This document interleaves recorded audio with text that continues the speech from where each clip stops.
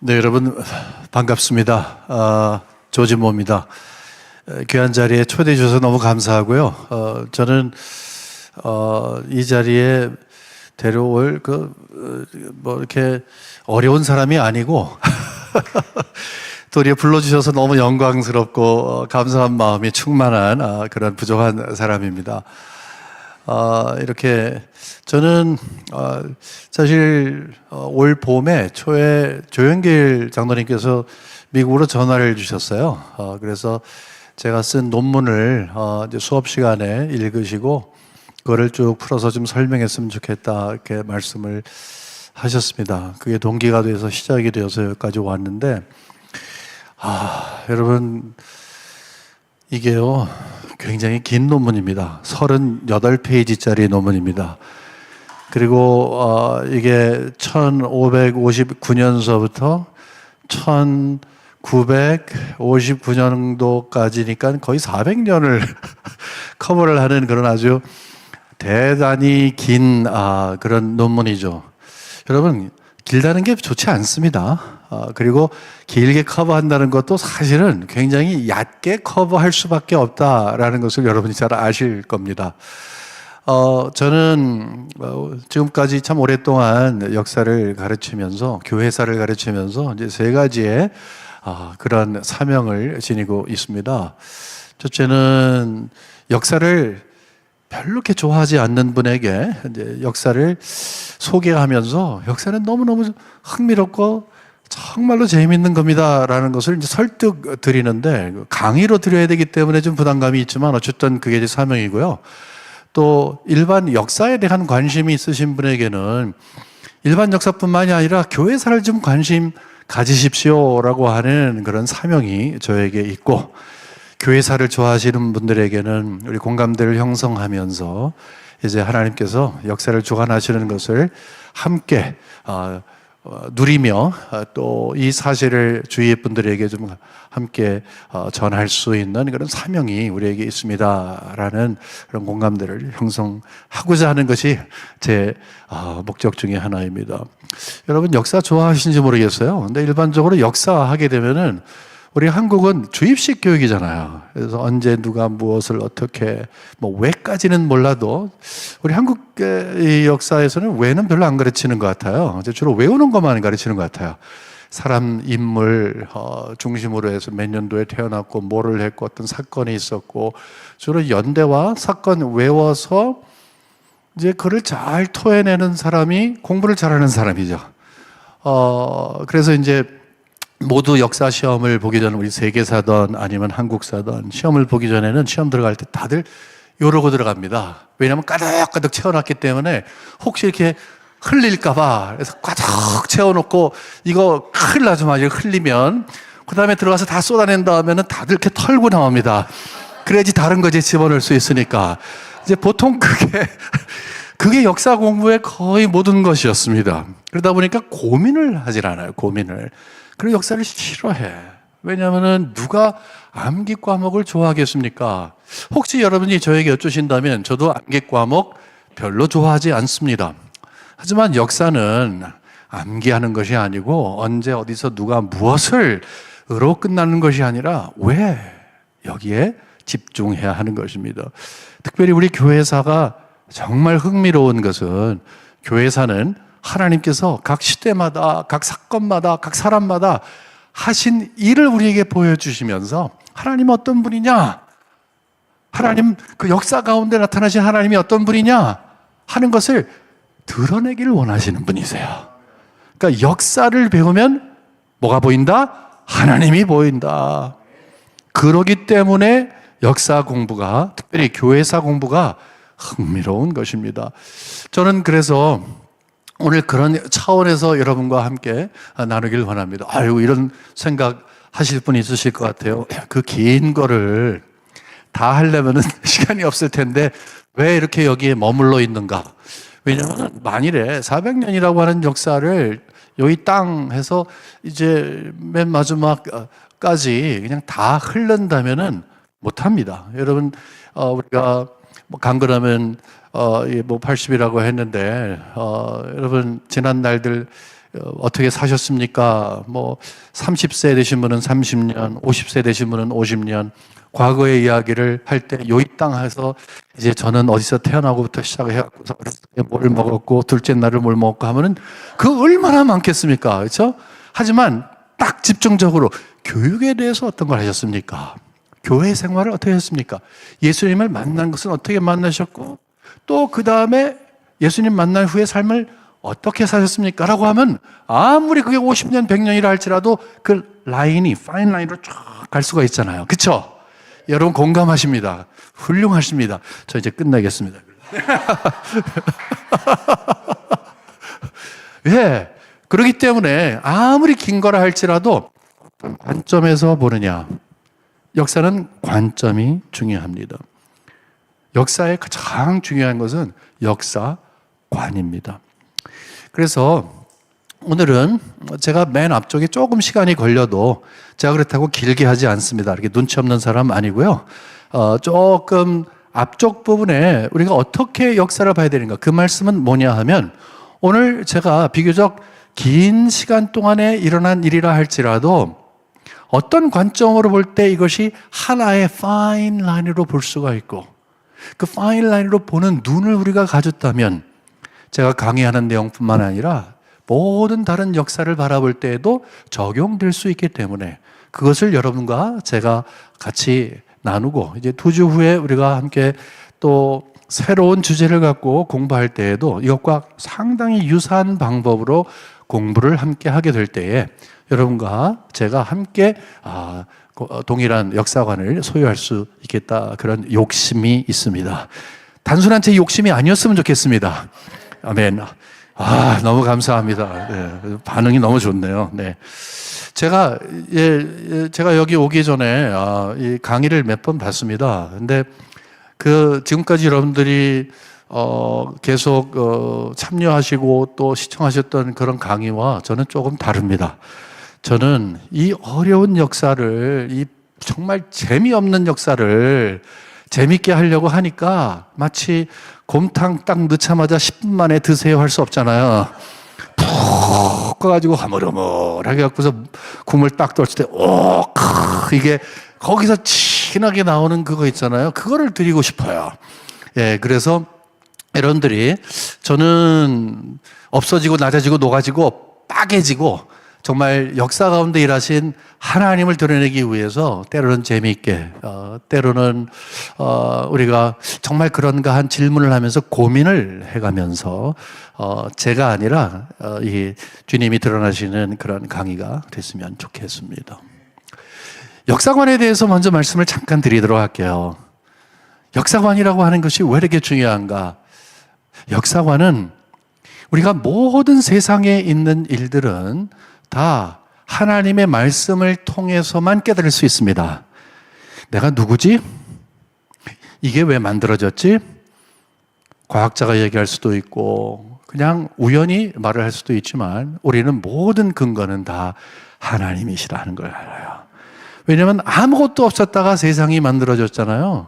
그래서 우리가 성경 수호를 하고 있는데 성경의 수호를 하는 것은 성경을 주신 하나님을 수호하는 일입니다. 그리고 그 하나님이 왜 계시할 수밖에 없었는가 하는 것을 우리가 이야기하면서 단순히 성경만을 붙잡는 게 아니라 성경을 제대로 수호할 때 성경이 이야기하고 있는 여러 가지 분야의 것, 경제, 사회, 문화, 예술, 우리의 삶, 신학은 물론이고 모든 영역에 그 하나님의 말씀을 근거로 해서 출발점을 삼아야 되는데 그거를 삼지 않기 때문에 성경을 수호하면서 우리는 결국 사회의 모든 영역, 우리 삶의 모든 영역, 우리 신앙의 모든 영역에 하나님을 출발점으로 삼게 할 수 있기 때문입니다. 그러면 역사의 출발점이 어디에 될 것인가? 이거는 성경이 아니라고 하면 제가 모순이 되죠. 역사의 관점, 역사를 바라보는 눈도 성경이어야 됩니다. 성경이 가르치는 역사가 아니고서는 우리가 하나님께서 역사를 통해서 일하시는 것들, 또 역사를 통해서 하나님 자신을 우리가 제대로 알 수가 없다 하는 거예요. 다시 말해서 우리가 어거지로 보여주세요 라고 했기 때문에 역사 속에서 일하시는 하나님이 발견되는 것이 아니라 그 하나님의 의도라는 거예요. 역사를 공부하면 하나님이 자연스럽게 보여지게 되고 그것이 하나님의 뜻이라 할 수 있다 하는 것입니다. 여기 보면 이렇게 제가 그림을 하나 그리겠습니다. 성경은 우리들에게 이 세상 역사의 출발점을 이야기해 줍니다. 이 세상의 출발점은 이제 어디에 있습니까? 이 세상의 출발점은 창조에 있습니다. 그렇죠? 창조에 있습니다. 창조. 자, 그런데 성경은 마지막이 있다고 이야기를 합니다. 다니엘서 7장을 봐도 그렇고 마태복음 24장을 봐도 그렇고 그렇죠? 요한계시록은 물론이고 아주 구체적으로 마지막 날이 있을 것이다. 이 모든 것은 다 없어지고 새 하늘과 새 땅이 임할 것이다 이렇게 이야기를 해요.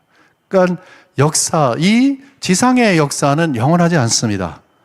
하나님만 영원하십니다. 아멘? 하나님만 영원하신 거예요. 이런 관점에서 봤을 때 성경은 출발점이 있고 여기 종말이 있다고 한다면, 제가 글씨도 원래 잘 못 쓰지만 이 자체가 조금 이상하게 써집니다. 여러분 용서해 주십시오. 예, 반입니다. 제가 못 쓰는 거 반, 이 자체가 안 써지는 거 반입니다. 예? 그러니까 초등학교를 제가 지금 좋은 데를 못 나왔습니다. 저기 경기도에서 나왔습니다. 2학년까지 그리고 3학년 때 서울 올라갔는데, 그런데 출발점이 여기에 있습니다. 그 다음에 마지막이 있습니다. 그뿐만 아니라 요게 그냥 있는 게 아니라 방향성을 이야기합니다. 방향성, 어디로 가고 있다는 것입니다. 이 땅은 영원히 가고 있습니다. 뭐 역사를 이야기할 때 순회적인 거 있잖아요. 순회적인 거 자꾸 돈다. 그다음에 용수철 같은 거 진보적으로 점점 지나가면서 유사한 것이 반복되면서 점점 나아지고 있다 이렇게 얘기하지만, 어거스틴이 우리에게 알려준 것은 직선적인 것입니다. 출발이 있고 끝이 있고 어떤 것을 향해 간다. 하나님의 나라의 확장과 그 모든 것이 확장이 되면, 때가 되면 하나님께서 우리에게 주신다. 분명한 목적을 가지고 간다. 여러분, 팍 쏜 화살이 앞에 이 화살표가 없으면 어떻게 될까요? 빙빙빙 돌겠죠. 역사도 마찬가지죠. 팍 쐈는데 분명하게 갑니다. 별일이 다 있죠, 역사 가운데. 그러나 갑니다. 근데 그 중간에 바로 예수 그리스도의 십자가 사건이 있어요. 제가 한 것이 아니라 하나님의 말씀이 있는 거야. 성경은 우리들에게 그리스도를 통한 구원을 약속하시고 그 구원을 이룬 하나님 아들 예수 그리스도를 통해서 우리에게 어떤 특권을 하러 가시는가, 은혜를 베풀어 주시는가를 알려주시잖아요. 십자가의 복음, 그리스도의 죽으심과 부활, 이것이 중심이 되는 것이고, 구약은 오실 예수님, 신약은 오신 예수님과 오실 예수님, 이렇게 이야기를 하고 있습니다. 하나님의 나라의 확장 가운데서 주님께서 교회를 시작하셔서 초대교회 한 5세기, 1세기부터 한 5세기 정도까지 보고요. 그 다음에 천년의 중세 역사, 여러분이 잘 아시는 것처럼 루터가 1517년에 종교개혁을 시작을 하죠. 거의 한 1세기 정도 있은 다음에 보통은 1648년도에 30년 전쟁에 딱 이제 중단될 때부터 이제 근대 또 교회사가 이제 시작이 됩니다. 근데 우리는 지금 어디 있는지 모르겠지만 한 이 정도에 있는 것 같습니다. 대충 여러분 아시겠죠? 이 가운데 있는데 제가 말씀드리려고 하는 포인트는 뭐냐면, 우리는 전체적인 걸 보면서 교회사를 보자, 그거예요. 전체적인 것은 하나님께서 처음부터 창조하신 다음에 타락을 했기 때문에 예수님이 오신 것이죠. 그렇죠? 예수님이 이 땅에 오신 것은 타락했기 때문에 오신 거예요. 두 번째 아담으로 오셨어요. 첫 번째 아담이 실패한 것을 두 번째 아담이 순종으로 결국 완성하신 것이죠. 대속의 죽음을 죽으신 것이죠. 누구든지 그리스도를 믿으면 영생을 얻는다, 이 말씀을 하고 있습니다. 그렇기 때문에 보통 창조, 타락, 구속, 종말, 이것을 기독교적인 세계관의 가장 중요한 뼈대라고 봅니다. 이 기독교적인 세계관은 곧 역사관이기도 합니다. 그리고 이것은 그리스도를 중심한 구속 역사라고 이야기합니다. Redemptive History라 이렇게 얘기를 합니다. 그러면 이 구속 역사, 커다란 구속 역사 가운데 이 교회사는 어떻게 되느냐? 지난 2000년간의 교회사는 어떻게 되느냐? 2000년간의 교회사는 매우 간단합니다. 하나님이 구속 역사 가운데, 커다란 구속 역사 가운데 교회사를 주관해 가십니다. 여러분, 성경을 바라보면 구약시대에는 하나님께서 이스라엘 백성을 부르시고 뭐 등등등 많이 있잖아요. 거긴 너무 현저하게, 정말 영어로 말하면 tangible-하게, 너무너무 사실적으로 하나님께서 그들의 역사를 인도하시는 것을 봅니다. 구약시대도 마찬가지고 신약시대도 마찬가지예요. 근데 우리는 어떤 생각을 하냐면 교회 역사는 따로 논다고 생각해. 아닙니다. 구약의 하나님이 신약의 하나님이시고 동일한 하나님, 모든 2000년의 역사의 하나님이십니다. 이 전제를 우리가 가만히 살펴보면, 오, 그렇구나, 하나님께서는 역사를 통해서 무엇인가를 드러내기를 원하시는구나라는 이 생각을 갖게 되고, 그 하나님께서 모든 역사 가운데 일하신 모습을 통해서 우리가 큰 그림 안에서 구속 역사를 이루시는 하나님을 발견하는 것입니다. 자그마한 이 파편들이 모두가 다 합쳐지게 되면 큰 구속 역사가 되는 것이고, 작은 파편들은 구속 역사를 이루시는 하나님을 드러내는 증거가 된다, 이렇게 볼 수가 있습니다. 이 가운데서 오늘 우리 이 강의의 주제가 장로교회사의 분열이 어떤 것인가, 이거에 대한 거예요. 조장로님께서 왜 저에게 이 분열사를 읽고 부탁을 하셨는가, 이렇게 봤더니, 여러분 아마 여러분들 나름대로 생각을 하실 거예요. 다른 것이 아니라 장로교회 분열사 그 깊은 곳에 있는 어떤 그것이 있는데, 그것이 바로 성경관이에요. 성경관이 교회의 분열에 너무너무 핵심적인 역할을 했다 하는 것입니다. 그러면 이런 생각하실 거예요. 장로교는 그래도 다른 교단보다 훨씬 더 성경적이고 좀 안전하지 않습니까? 여러분, 우리 장로교회를 볼 때 우린 너무 한국적인 장로교회만 봅니다. 우리 한국 장로교회는 정말 건강한 편이고, 그리고 자체적으로 정화할 수 있는 그런 나름의 능력이 있습니다. 우리 나름대로, 다는 아닙니다만은 우리 한국교회 장로교회는 비교적 다른 나라의, 또는 이 장로교회가 시작된 그 곳으로부터 시작해서 쭉 온 흔적들을 봤을 때에 그 어디보다도 더 성경적인 교회를 만들기 위해서 노력을 합니다. 때로는 부족하고 연약해서 그렇지 가급적이면 성경적인 교회가 되려고 많이 노력을 합니다. 하지만 여러분 아시잖아요. 우리가 성수협에서 하나의 전제를 갖고 있는 것 중에 하나가 뭐냐면, 이 시대는 특히 계몽주의 이후에 합리주의가 들어오고, 그것이 이제 이성의 사용과 그 다음에 철학의 방법과 무엇보다도 인간의 모든 것이 중심이 되어서 해석을 할 수 있는 능력자라고 하는 전제가 우리에게 들어와서 하나님 없이도 신앙생활이 가능합니다, 하나님 없이도 가능합니다라는 것을 가장 잘 드러내는 것이 성경이 하나님의 온전한 무오한 말씀이라는 것을 부정하는 거거든요. 그것이, 그런 것이 처음에 출발한 독일, 그리고 그것이 수입이 되어서 엄청난 꽃을 피웠던 미국, 여기서는요 정말 전쟁이 일어났거든요. 정말 커다란 전쟁이 일어났거든요. 근데 여러분이 아시나 모르시나 한국에서도 그런 전쟁이 있었다는 거죠. 그거를, 그 성경관 때문에 얼마나 많은 고통을 받았고, 그럼에도 불구하고 하나님께서 오늘날까지 건강한 교회로 남아있는 교회들의 수를 이렇게 많이 두시는 것은 엄청나게 하나님께 감사할 일이라고 생각을 합니다. 그걸 우리가 같이 공유하게 되면은 오늘 강의가 정말 좋은 강의가 될 수 있으리라 생각을 합니다. 저는 그렇기 때문에 오늘 강의를 이런 식으로 이제 하려고 합니다. 이거는 이제 논문에 나와 있는 그 자체이고요. 원래 장로교회가 시작이 된 것이 스코틀랜드에서 시작을 했습니다.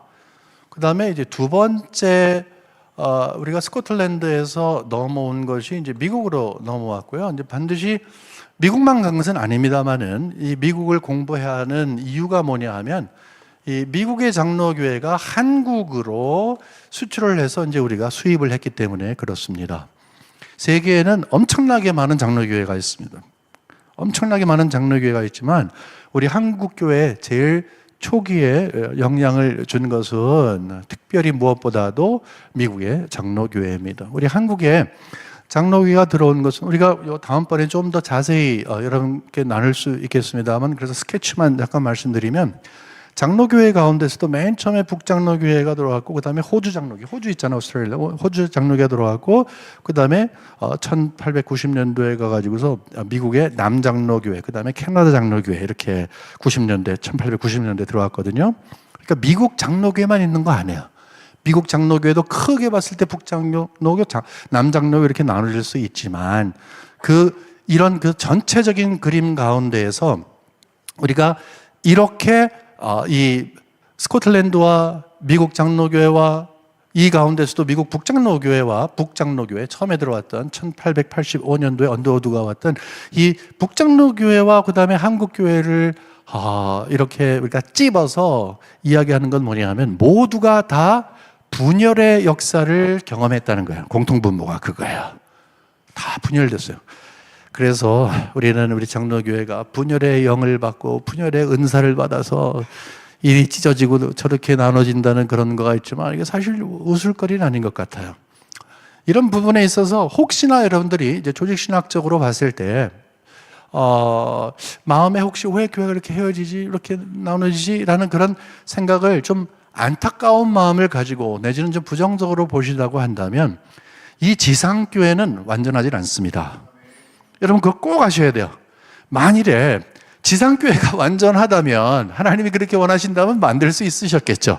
근데 그럼 새하늘과 새 땅이 뭐가 필요해요? 그러면 이 지상교회는 불완전합니다. 전투하는 교회입니다.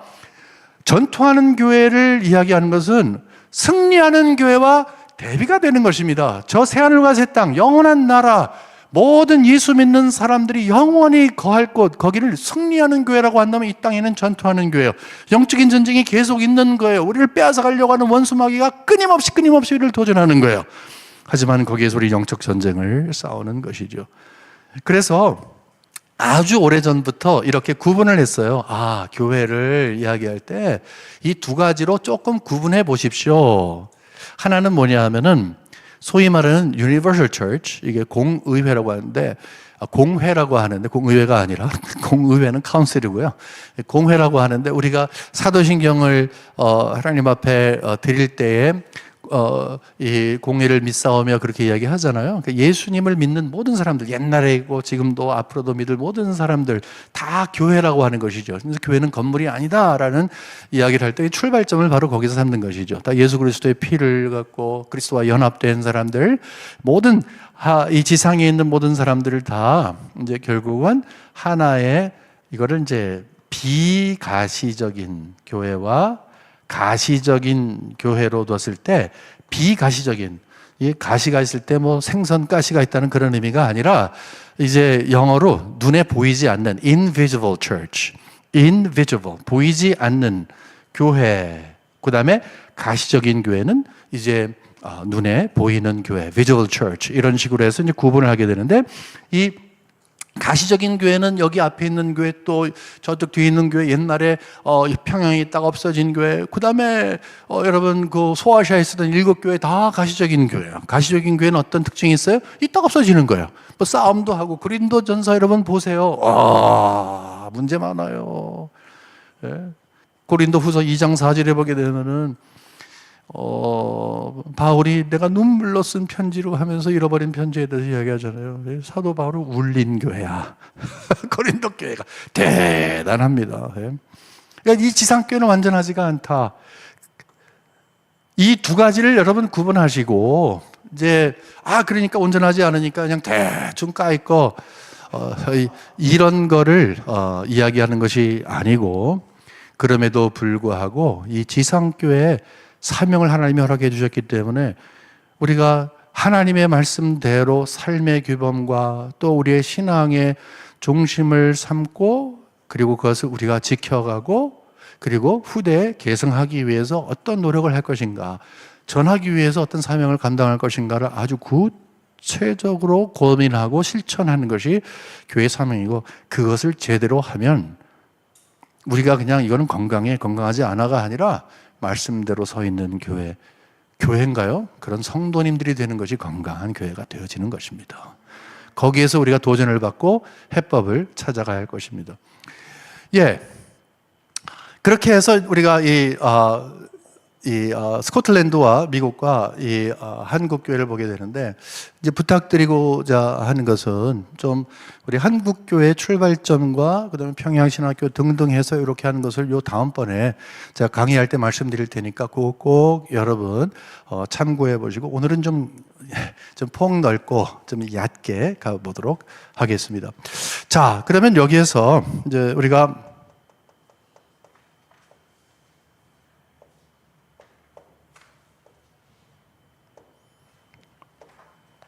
공부를 해보도록 하겠습니다.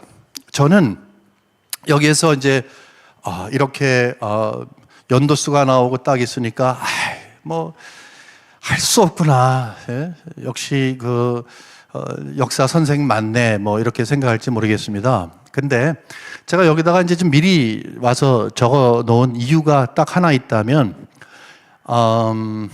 이 연도수를 여러분들이 꼭 알아야 된다는 그런 의미가 아니에요.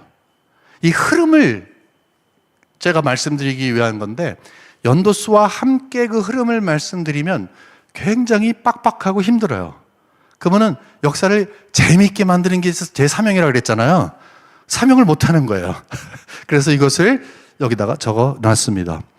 이것이 스코틀랜드의 뭐 분열사, 이게 아니라 요 중심 가운데서 이제 제 설명을 들으실 때 아하 모멘트가 이제 생길 것입니다.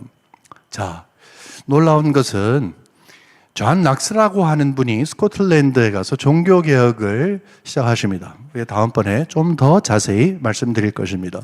1559년도 1년 전에 딱 스코틀랜드에 가서 시작을 했는데, 바로 그 다음 해 1560년도에 첫 총회가 있습니다. 혼자 한 게 아니에요.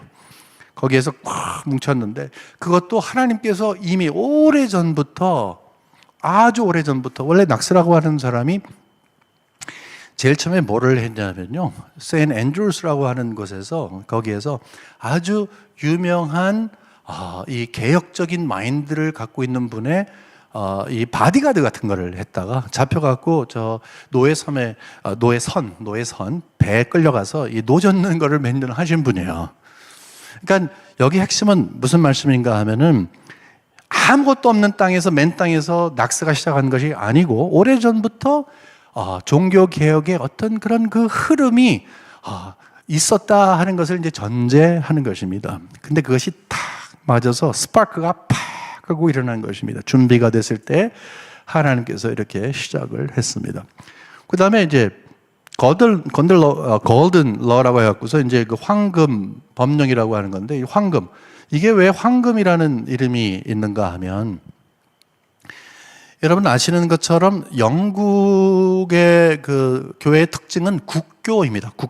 국교라고 하는 것은 지금도 이제 독일 같은 경우는 국교 아니에요. 다시 말해서 목사님들의 봉급, 이것은 뭐 첩렴하는 게 아니라 그냥 설명을 드리기 위해서, 봉급이 이 정부에서 나옵니다. 국가교회입니다. 이제 국가의 통제하에 있다는 것이죠. 영국이 바로 그런 것이었습니다. 헨리 8세가 시작을 하고, 에드워드, 그 다음에 메리 여왕, 엘리자베스 여왕, 그 다음에 뭐 제임스 1세, 뭐 찰스 1세, 쭉 여러분 잘 아시는 그 역사가 쫙 끌어져 가면서 결국은 어느 쪽으로 가냐면 종교개혁의 시작이 이상하게 시작을 했습니다만은, 그 이상한 것이 더 이상해졌어요. 그래서 우리로 봤을 때는 좀 기형적인 형태, 영국 국교회가 있습니다. 혹시 영국 국교회에 대해서 궁금하시다면 여러분 다른 일을 찾아보시고, 영국 국교회는 이거는 로마 카톨릭도 아니고 개신교도 아닌 한 중간 형태, 그것을 특징으로 이제 하고 있습니다. 그런데 스코틀랜드는 달랐어요. 스코틀랜드는 달랐어요. 여기 아일랜드가 있고, 잉글랜드가 있고, 잉글랜드가 아래에 있고, 스코틀랜드가 이렇게 있습니다. 에딘버러가 여기에 있고, 샌 앤드루가 여기에 있고, 뭐 이렇게 있습니다. 그렇죠? 여기 런던은 여기에 있고, 뭐 그런데 이렇게 있을 때 스코틀랜드는 이렇게 장로교회가 시작을 하면서 국가적인 어떤 그런 통제를 받기를 원했냐, 받지 않기를 원했냐, 이렇게 생각을 할 때에 만일에 영국 이 교회가 이 국가가 통제하는 그런 형태에 있다고 한다면 역시 마찬가지로 황금 법령이라고 하는 것은 의회가 뭘 통과했냐면 이 스코틀랜드를 이 국교로 한다라고 하는 것이 바로 이 황금 법령입니다. 여러분 생각하실 때 굉장히 우리 흥분될 수밖에 없습니다. 왜냐하면 굉장히 로마 카톨릭 왕성한 그런 나라가 이제 기독교를 받아들일 때 여러분 그래서 초대교회에 313년에 콘스탄틴이 이제 기독교를 자유화하고 380년도에 이제 로마의 국교로서 기독교가 어답트가 되잖아요. 그걸 생각하시면 되겠습니다. 하나님의 은혜이죠.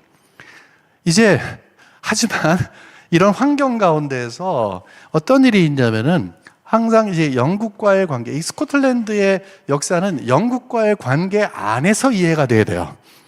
왜냐하면 엘리자베스 여왕이 이제 17세기 초에까지 잘 뭐 한 오랫동안 하다가 이제 이 서거를 했거든요. 그다음에 후손이 없어요. 피가 없어요. 왕의 피가 없어요. 그래서 할 수 없이 스코틀랜드의 제임스 6세를 제임스 1세의 영국 왕으로 초빙을 합니다.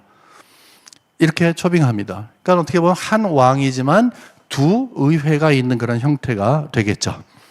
이런 형태가 되는데 이 양반이 내려올 때 어떤 기대를 갖냐면은 와 이제는 최고다. 이제는 뭐 스코틀랜드에서 그 장로교회 영향을 받은 사람이 내려가니까 이제는 모두가 다 장로교회가 됐구나. 영국 국교회 이제 땡 쳤구나. 뭐 이렇게 생각을 했겠죠. 근데 그러진 않았습니다. 왜냐하면 정치인이니까. 그래서 딱 바뀌어집니다. 그래서 이제 뭐 이렇게 하다가 그래서 혹시 킹 제임스 버전이라는 그런 성경책 아시죠? 바로 그분이 주도하에서 이렇게 번역을 한. 그러니까 전혀 종교적이 아니라는 그런 의미는 아니지만 이 특별히 스코틀랜드에 여기 있는 분들이 기대했던 그쪽으로 가지를 않았습니다. 그 다음에 아들이었던 찰스 1세가 이제 등극을 한 다음에 이제 거기서부터는 문제가 생기기 시작했어요. 왜 그런가 하면은 이 양반은 머릿속에 어떻게 하든지 장로교회의 어떤 그런 시스템을 없애고 국교회를 좀 완벽하게 갖게 했다. 그 말은 뭐예요? 자기가 주인이 됐다는 거예요. 자, 장로교회의 특징은 대의 정치하는 거예요. 대표를 뽑아서 통치하게끔 하는 거예요. 근데 본인이 교회의 머리가 되고, 그러니까 당회 필요 없는 거예요, 국교회는. 그러니까 이 국교회를 심어 놓기를 원하는 거예요. 그게 바로 찰스 1세의 꿈이었습니다. 그러다 보니까 무리를 하게 되는 거예요. 옆에 막 힘들게 합니다. 어렵게 합니다. 거기에서 소위 말하는 국민개혁, 여러분이 관심 있어 하시는 그 언약도가 함께 모여서 우리는 하나님 앞에 언약의 백성으로 서겠습니다. 여기서 뭐 중요한 것이 뭐 이 카바넌트라고 하는데 어떤 이제 언약 신학 어떤 그런 특정한 것이 아니라 우리 스코틀랜드의 장로교인들은 하나님 앞에 언약하며, 언약이라는 것은 약속이거든요. 언약의 특징은 one way가 아니라 two way거든요. 영어로 말하면 bilateral한 거거든요. 그러니까 하나님이 우리에게 기대하듯이 마치 이스라엘 백성들이 그렇게 하듯이 우리가 그렇게 하겠습니다. 그런 자세로 하나님을 섬기는 백성들이 되겠습니다라고 다시 한번 굳게 맺은 거거든요. 이게 뭐야? 싸우겠다는 거야, 이게. 그러다 보니까 뭐 엄청나게 힘들었죠, 그 다음에. 엄청나게 힘들었죠. 그 찰스 1세와 결국 이 언약, 계약이라고 하고 또 언약이라도 하는데, 언약도라고 하도 계약도라고 하기도 하는데, 이 완전히 충돌되는, 그러니까 자기네들의 원하는 것이 이거다라는 분명한 것에 되면 첨예하게 대립을 하잖아요. 이러한 가운데서 역사는 결국 흘러가면서 요 다음번에 있는 것이 굉장히 어려운 역사가 있습니다. 요것만 하더라도 이제 오래된 시간을 갖겠지만 이런 환경 가운데서 소위 여기를 이제 찰스 1세를 왕당파라고 한다면 의회파가 나타나서 전쟁을 치르게 됩니다. 야, 이제 좀 어려워지기 시작하죠? 어려졌다기보다도 약간 좀 옆길로 가기 시작을 하죠? 그러니까 찰스 1세가 이렇게 될 때 왕을 중심하느냐, 의회를 중심하느냐라고 했을 때 왕당파와 의회파가 싸움을 하게 됩니다. 전쟁을 하게 됩니다. 전쟁을, 정말로 죽이고 하는 전쟁을 치르게 됩니다. 근데 여기에서 여러분, 이 찰스 1세와 이 각을 세웠던 스코틀랜드의 사람들은 과연 어느 편에 섰을까요? 왕을 아니면은 의회를? 당연히 의회파죠. 그리고 의회파에서 이제 가만히 생각을 해보니까 이 스코틀랜드 사람들이 필요해. 왜냐하면은 자칫 잘못하면은 이 찰스 1세가 이 아일랜드는 엄청나게 로마 카톨릭이 왕성한 곳이거든요. 여기에 있는 군대를 여기다가 이제 보내갖고서 이제 이 어려움을 이제 경험할 것 같아요. 그러니까 그러다 보니까 이 의회파에서 이 스코틀랜드의 사람들에게 이야기를 하죠. 너희들 뭘 원해? 원하는 대로 해줄게. 우리와 함께 이겨나가자. 그런 거예요. 그러니까 찰스 1세가 안 그래도 미운데, 왕이 미운데, 엄청나게 밉잖아요. 그래서 우리 도울게.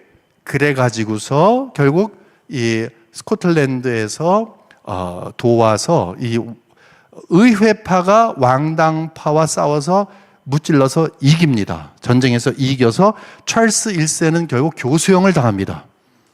엄청난 일이에요, 이거. 엄청난 일이에요. 그러니까 핍박하던 그가 결국은 의회파에게 같은 왕의회가 있었는데 당해갖고 죽게 되는 일이 있었습니다. 승리하게 되는 것이죠.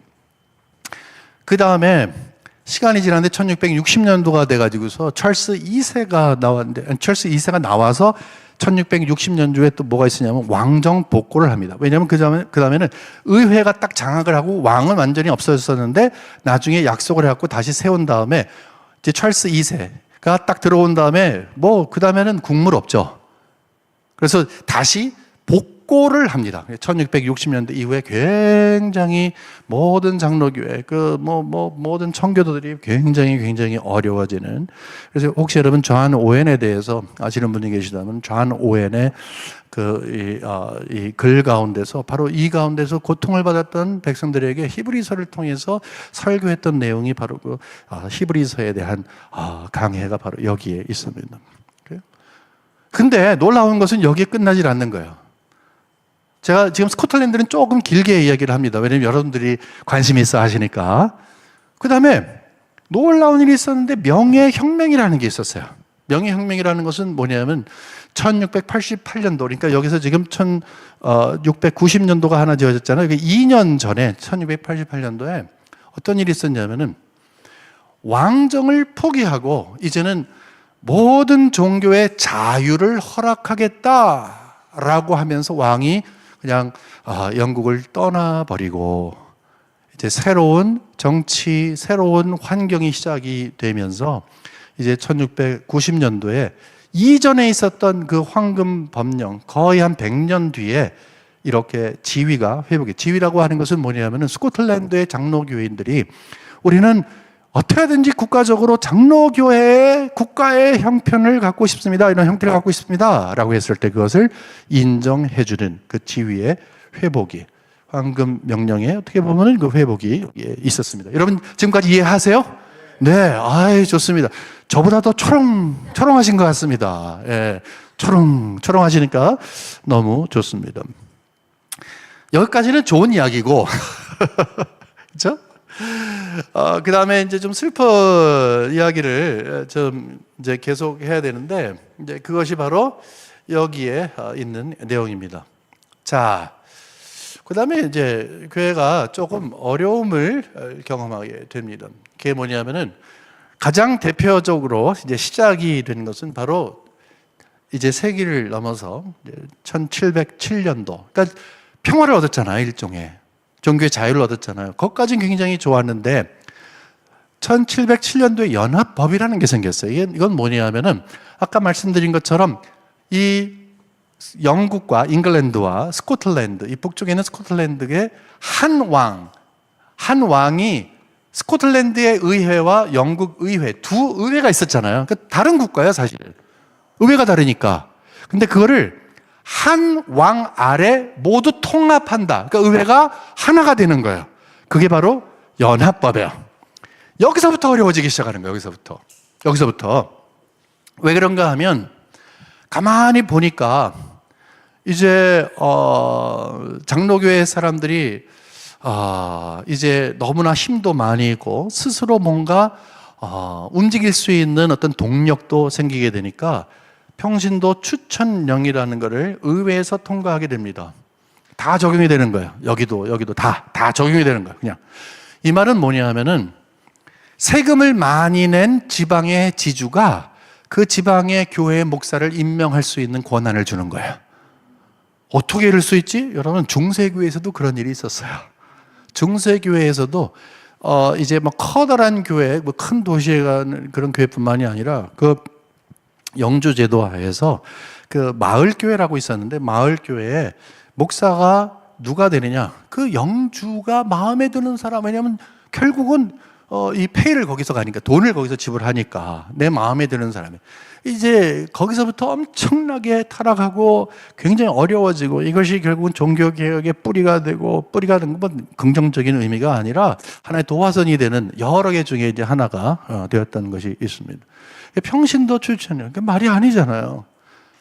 여기서부터 이제 사람들이 이런 생각을 하게 됩니다. 아니, 우리 장로교회는 장로교회 시스템이 있는데 어떻게 이럴 수 있어? 라고 생각을 하면서 여기에 대해서 반대하는 사람들이 생겼습니다. 반대하는 사람들이 첫 번째 나왔어요. 우리 이거 아니야. 이거 성경적인 교회 아니야. 그래서 1차 분열이 됐습니다. 2차 분열은 내가 원하는 저쪽 사람이 오면 좋겠는데 이상한 사람이 와서, 왜냐하면 돈 많은 사람이 이제 꽂아 놓으니까 정치적인 사람이 오잖아요. 말씀 안전하고 그런 사람이 오잖아요. 결국 이런 사람 우리 싫습니다 라고 해서 분열해서 나가고, 그 다음에 한참 뒤에는 결국은 누가 나갔냐, 이제 이거 평신도 추천령 없애주세요 라고 총회에 딱 올렸는데 결국 예스 아니고 노라고 이야기를 했습니다. 그때 여기 소망 없다 라고 해서 엄청나게 많은 사람들이 이제 뛰쳐 나왔습니다. 오케이? 이렇게 나왔을 때에 우리는 보통 이렇게 생각을 합니다. 겉에 보기에 연합법 이후에 평신도 추천령 때문에 이렇게 됐구나. 그러니까 이 장로교회가 제도가 이렇게 되는데 제도와 좀 다른 것 때문에 못 참고 사람들이 나왔구나라고 생각하지만 그것이 아니라는 것이죠. 그것이 아니고 결국 여기에서 이거 없애야 되지 않겠습니까? 이거보다는 정말 장로교회가 하나님의 말씀 중심이고 우리는 웨스민스터 신앙고백서를 지니고 있고 이대로 돼야 되는 거 아닙니까? 웨스민스터 신앙고백서가 이야기하는 장로교회 모습이 이거 아닙니다 라고 이야기하던 사람들은요, 다 총회에 가서 뭐 박탈을 당한다든지 불이익을 당한다든지, 다시 말해 총회가 무엇인가 꽉 힘을 갖고 있었어요. 얼마나 힘들어요. 그러면 힘들고 어려운 거를 총회에다가 다 이야기하면은 다 들어줘야 되는데 거기에서 그걸 안 한다는 거죠. 장로교회적인 것, 다시 말해서 하나님의 말씀 중심으로서의 교회 교리를 부정하는 것. 왜 그런가 생각해 보면 이미 아까 말씀드린 것처럼 스물스물 이 교회에 들어온 자유주의, 아직까지는 자유주의는 아니고 초창기에는 계몽주의, 그리고 이성을 중심으로 하려고 하는 사람들의 이 타협하는 사람들이 결국은 총회를 꽉 쥐고 있던 거예요. 총회를 쥐고 있던 사람들이 누구라고요? 하나님의 말씀에 대한 권위를 인정하지 않는 사람들이 쥐고 있던 거예요. 그러니까 단순히 볼 때 이 평신도 추천령이라고 하는 바로 이것 때문에 사람들이 못 참고 나와서 교회를 분열했다고 생각하지만 그게 아니라 하나님의 말씀에 대한 권위를 인정하지 아니한 사람들, 이성을 인정하고 계몽된 사람들, 타협하려고 하는 사람들, 사람의 생각이 더 중요하다고 생각하는 사람들, 성경을 과학으로 읽어야 된다고 생각하는 사람들, 이런 사람들과 함께 있을 수 없기 때문에 결국 나온 거예요. 그 사람들이 꽉 잡고 있으니까. 여러분, 이거 슬픈 이야기입니다. 그 남은 분들은 결국은 이 국교회, 그 스코틀랜드에 있는 국교회에 있는 장로교회 안에서 있는 분들은 결국은 이 시대적인 흐름 가운데 편승했던 분이고, 여기 나온 분들은 결국 성경적인 교회를 세우기 위해서 나왔고, 지금 현재 비록 소수이지만, 아주 소수이지만 그나마 정말로 하나님의 말씀의 권위를 인정하고 그 가운데서 여러분이 지난번에 스코틀랜드에 가서 발견한 그 보화와 같은 그런 전통은 바로 여기에서 나와서 하나님께서 성경적인 교회를 이렇게 원하시는데 라고 하면서 성경적인 교회를 이루고자 했던 그런 분들이 바로 여기에 후예가 되는 것입니다. 여러분 아시겠죠? 예. 이렇게 보고 그 다음에 이제는 우리가 속도를 조금 빨리 하겠습니다. 아니면 오늘 밤 새야 됩니다. 그거 큰일 나죠, 그러면요. 그래서 이제는 조금 빨리 하겠습니다. 이제 미국으로 건너가게 됩니다. 미국으로 어떻게 건너가는가에 대해서는 요 다음 강의를 여러분이 들어주시고, 짧게 말씀을 드리면, 이제 결국은 스코틀랜드에서 시작되어서 아일랜드로 가게 되고, 결국은 뭐 스코틀랜드와 아일랜드, 다시 말해서 영국에 있는 이 장로교회가 나중에 미국으로 건너가게 됩니다. 미국으로 건너가게 되면 이제 미국이 이렇게 큰데 맨 위에는 이제 영국에서 온, 뉴잉글랜드 지방은 영국에서 온 청교도들이 중심이 된다면, 이제 뉴저지 북쪽하고 그다음에 뉴욕 쪽, 여기는 이제 화란에서 오신 분들, 그다음에 필라델피아를 중심으로 해서 그 뉴저지 아래쪽은 이제 장로교회가 굉장히 흥합니다. 그래서 이 동부로 보게 되면, 이게 동부는 회중교회, 그다음에 이 개혁교회는 이제 네덜란드 화란교회고, 그다음에 뉴저지 남부하고 북쪽 그 필라델피아는 이제 장로교회가 흥합니다. 여기 이제 영국에서 스코틀랜드하고 아일랜드 중점으로 해서 이제 오신 분들이 여기에 이제 있게 됩니다. 어쨌든 간에 그래서 필라델피아에서 첫 노예를 하게 됩니다. 그 다음에 첫 대회가 그 다음에 10년 뒤에 있습니다. 대회가 뭐지? 대회라는 것은 미국이 워낙 크기 때문에 이렇게 나뉘어져 가지고서 미국을 딱 이제 전체로 봤을 때는 총회이지만 각 노회들이 조금 있는데 요쪽만 마치 자그마한 총회처럼 기능을 하게 한 것이 바로 대회예요. 우리 한국도 이 6.25가 있은 다음에 우리 장로교회에서도 내려와서 첫 번째 총회하지 않았습니다. 남부 대회를 했습니다. 왜냐하면 통일이 되면은 결국 총회로 다 같이 하려고, 우리가 장로교회 북한 이쪽에 있는 분들을 두고 총회를 할 수 없다 그래서 남부 대회를 했습니다. 그러니까 그 다음에 이제 첫 총회를 한 것이 바로 여기에 있습니다. 그런데 여기서 핵심적인 게 뭐냐면 바로 신조 채택입니다. 첫 대회가 있은 다음에 굉장히 흔들흔들했어요. 그 이유가 뭐냐 하면은 그때 당시에 이제 1차 부흥운동이 있었거든요. 여러분, 1차 부흥운동에 대해서 이렇게 아시면 돼요. 혹시 자나란 에드워즈 아세요? 자나란 에드워즈. 그다음에 위필드 아세요? 휘필드. 같은 동시대 사람이거든요. 근데 거기에 이제 한 두 사람만 더 추가해서 여러분 아시게 되면은 그 4명 정도가 주인공이 되는데, 아까 말씀드린 뉴잉글랜드 지방 저기 동부의 북쪽에는, 미국의 북쪽에는 이 자나란 에드워즈가 이제 주도했고, 그 다음에 중부에는 프렐링 하이젠이라고 하는 화란 분이 이제 주도했고, 그 다음에 요 남부 장로교회 안에서는 테넌트라고 하는 분이 이제 주도를 했어요. 근데 그분은 주로 어떤 걸 했냐면은, 제일 처음에 왔을 때 스코틀랜드에서만 오고 이런 분들은 잘 배우고 이렇게 왔습니다만은, 여기 오신 분들은 제대로 배우지를 못했어요. 제대로 배우지 못하니까 뭐 제대로 배우지 못했어라는 것을 막 이야기하긴 하지만, 이분들이 주로 어디에, 여러분 아주 못 배웠다는 게 아닙니다. 이제 뭐 제대로 배웠겠죠. 이제 폄하하는데, 부흥운동, 이 1차 부흥운동 있었잖아요. 막 정말 이 초대, 초기에 정말 이민자들로서 하나님이 은혜를 베풀어 주신 것에 대해서 정말 열심히 하다가 시간이 지나면서 좀 식어지게 되니까 부흥운동이 확 일어났는데, 거기에 적극적으로 장로교회 파가 거기도 들어가는 거야. 그러니까 교리 전통 하던 그런 분들이 여기에 계신 분들을 폄하하기 시작을 했어요. 저 감정주의자들. 근데 아직까지는 여기에서 계셨던 분들이 부흥운동을 수용하셨지만, 그렇다고 완전히 교리를 부정하거나 그런 분이 아니었습니다.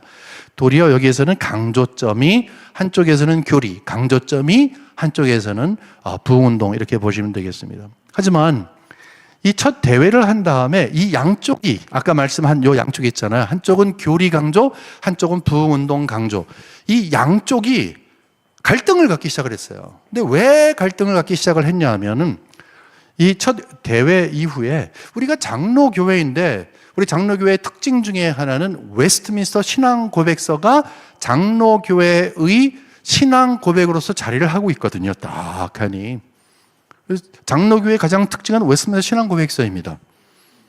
그런데 거기에 이제 사인을 하라는 거예요. 여기서 웨스트민스터 신앙고백서가 말하는 모든 것들은 다 사실이고 나는 거기에 동의하겠습니다 라고 하는 것을 사인을 하라고 한 거예요. 근데 이 갈라진 거예요. 교리 거기를 이제 구파 쪽이라고 한다면 이제 신파 쪽에서는 아니 어떻게 거기에 있는 걸 다 얘기를 하냐. 특별히 이제 저기 회중교회 중심으로 되어서 영향을 받았던 그런 분들은 그러면 이게 우리 양심의 자유, 신앙의 양심의 자유에 어긋난 거 아니냐. 그래서 거기에서 이 문제를 해결하기 위해서 신조 채택을 하는데 adopting act라고 하는데 컴프로마이즈를 합니다. 중간 형태를 선택합니다. 어떻게 하냐면 본질과 비본질을 나눕니다. 웨스트민스터 신앙고백서에 딱 보면서 본질과 비본질을 나눕니다. 본질과 비본질을 나눠요. 이게 냄새가 나기 시작을 하는 거예요. 거기서 냄새가 나기 시작을 하는 거예요. 왜냐? 여러분 생각을 해보세요. 여러분 뭐가 본질이고 뭐가 비본질이냐? 그거는 내가 생각을 할 때 본질과 내가 생각할 때 비본질이 있는 거예요. 저도 PCA 목사를 몇 년 했거든요. 지금 맨 처음에 교회를 갈 때 노회다가 이거를 보고해야 돼요. 익셉션이 있느냐. 다시 말해서 이제 웨스트민스터 신앙고백서가 이렇게 있는데 그리고 헌법이 이렇게 있는데 거기에서 네가 예외로 두는 게 뭐가 있느냐. 그 중에서 가장 중요한 것 중에 하나가 이제 예를 들어서 안식일에 대한 이야기야. 안식일에 대해서. 안식일날 우리는 이루고 있어야 돼요. 제대로 한다면. 그럴 수 없잖아. 근데 예를 들어서 그날 TV를 본다. 아니면 우리 아들이랑 함께 뭐 풋볼을 던져서 논다. 그럴 때 이거 원래 못하게 돼 있다는 거죠. 그걸 이야기해요. 나는 주일날 물론 경건하게 보내지만 필요에 의해서 지나치지 않게끔 하면서 나는 이렇게 쉼을 가지려고 한다라는 것을 보고를 합니다. 그리고 노회에서 오케이 해주면 괜찮아요. 아니면 그게 법에 걸린 거예요. 그런 것들이 있잖아요. 예를 들어서. 그러니까 사실 다 본질인데 거기에서 본질과 비본질을 나누면서 표류하기 시작을 합니다. 거기에서 미국적인 장로교회가 만들어지기 시작을 합니다. 미국적인 장로교회. 자, 이런 환경 가운데서 분열을 하게 됩니다. 이 1741년도는 1차 부흥 운동 가운데 사실은 뭐 완전 좌파, 우리가 생각하는 뭐 이 구파 신파가 아니라 이제 제일 처음에 이렇게 해요. 올드 라이트 빛, 뉴 라이트. 그다음에 올드 사이드, 뉴 사이드. 그다음에 올드 스쿨, 뉴 스쿨 뭐 이런 식으로 이제 이야기를. 그 말씀은 뭐냐면 이게 점점 자라가게 되는데 올드 라이트, 뉴 라이트 여기는 맨 처음에 이제 부흥 운동가 맨 처음에 시작할 때 이게 테넌트 이분에 대해서 말씀했는데 그것이고 이 뉴 사이드와 올드 사이드는 실질적으로 이 첫 번째 요거가 이제 첫 번째이고 두 번째는 이제 어떤 거가 핵심이 되냐면은 지금까지는 어떻게 보면은 성경에 근거해서 구령 사업이 먼저이냐 아니면 교리를 충실하게 하는 게 먼저이냐 해서 신과 구가 갈렸다 그랬잖아요. 지금까지 이해하시죠? 예, 감사합니다. 이해하지 못하셔도 이해한다고 하시는 것이 기본 예의가 되겠습니다. 예, 그러나 이해하신 듯해서 너무 감사합니다. 예, 맞습니다. 성경을 우리가 전통 교리 이것을 지키는 것이냐 이게 구 쪽이고 신 쪽은 그거가 아니라 어떻게든지 우리가 말씀을 나눠서 구령사업해야 되는 거 아니냐라는 것이 이제 신 쪽이라고 이렇게 했는데 이제는 좀 종류가 달랐어요. 신 쪽에서는 새로운 것을 어답트하기 시작해요. 사회를 어떻게 도덕적으로 만드느냐. 왜냐하면 제2차 부흥운동, 여러분 대표적인 사람이 찰스 피니예요. 찰스 피니가 들어오면서 노예제도에서 얼마나 많이 앞장섰습니까? 그리고 그것이 나쁘다는 것이 아니라 복음에 대해서 구령사업을 하고 교회와 우리가 해야 할 바운더리가 있는데 그것을 잘못 적용하기 시작을 하면서 이제 결국은 이제 빵꾸가 이제 뻥 크게 난 것이죠. 예, 구멍이 뻥 난 것입니다. 제가 빵꾸라고 이야기하니까 제 아내가 뭐라고 하던데 그래서 시정하겠습니다. 빵꾸가 아니라 구멍이 뻥 났습니다. 예, 이래서 한번 순화하고요. 자, 그래갖고서 이제 겉에서 보기에는 노예제도나 뭐 이런 거 사회적인 문제 이런 것 때문에 장로교 안에서 막 싸움을 합니다. 그 다음에 1929년도에는 이제 프린스턴 신학교가 거의 이사회가 막 개정이 되면서 이사들이 막 정치적으로 막 이렇게 하면서 이제 분열을 하게 됩니다. 여러분 여기에서 저는요 분열사를 우리가 공부하는 게 아니잖아요. 이미 스코틀랜드에서 봤습니다만은 그 안에 겉에 보일 때는 이제 평신도 인명권이지만 그 안에 들어갔을 때는 이 현대주의의 어떤 그런 물을 먹은 사람들이 꽉 쥐고 있어가지고서 힘을 발휘하니까 결국은 순수한 그런 모습으로 설 수가 없었다라는 것이 우리의 지금 가장 중요한 일이 아니었습니까? 똑같다는 거예요. 여기에서도. 여기서 똑같아요. 하나도 변함이 없어요. 겉에서 보기에는 뭐 1차 부흥운동 때문에 뭐 부흥운동을 어떻게 해, 그 다음에 여기서는 사회를 어떻게 해, 여기에서는 이사회가 어떻게 해, 그냥 안에 딱 들어가 보면 1차 부흥운동은 우리가 좀 익셉션이고, 왜냐하면 여기에서는 신파, 구파 양쪽 다 기본적으로 하나님의 말씀에 대한 권위를 인정하고 강조점이 교리냐, 강조점이 부흥운동이냐이지 기본적으로 성경에 대한 권위는 다 인정했어요. 이때는. 하지만 이때는 다릅니다. 왜냐하면 1801년도에 플랜 오브 유니언이라고 통합안이라고 하는 것을 장로교회와 이 장로교회라고 하는 것은 이 아래에 있는 장로교회와 뉴잉글랜드에 있는 회중교회가 함께 이제 이 어떤 계획을 삼습니다. 이게 뭐냐면은 여러분 생각해 보세요. 자, 제일 첫 번째, 여러분 미국 역사를 아시는 분은 알겠습니다만은 맨 첫 번째 들어왔을 때 이제 복음이 들어왔을 때 이 동부를 중심으로 있었어요. 식민지를 중심으로. 근데 점점점 서부 개척을 시작했잖아요. 서부 개척. 그래서 보난자, 존 웨인 뭐 그런 거 여러분 아시잖아요. 예. 서부 개척을 딱 시작을 하면서 이제 사람들이 서부로 가게 되고 그 말은 뭐예요? 사역지가 넓어졌잖아요. 그러면 거기에서 그 새로 생긴 도시에 교회를 누가 맡느냐라는 그런 아주 실질적인 문제가 생기잖아요. 그럴 때 장로교회는 교리 중요하잖아. 그 제대로 훈련받지 아니한 사람을 세울 수 있는 그런 생각이 별로 없는 거야. 하지만 그 안에서 신파적인 것, 부흥운동에 대한 강조점 있는 사람은 아니 맞아, 우리 교리 맞지만 얼마나 좋은 기회야. 하나님이 기회 주실 때 가서 빨리빨리 어떻게 해가지고서 목사를 세워서 교회를 세워야지. 여러분 양쪽 다 맞죠? 근데 그거를 위해서 회중교회라고 하는 것은 가장 기본적으로 뿌리를 내려가게 되면 칼빈이 그 신학을 중심으로 하거든요. 칼빈주의에서 이 장로교도 나오지만 회중교회도 그때 당시에는 같이 나옵니다.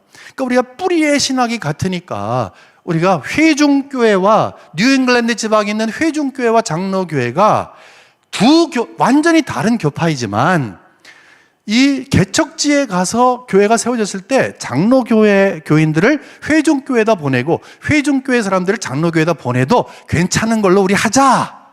그래서 효과적으로 우리 이 부흥운동을 주도하자.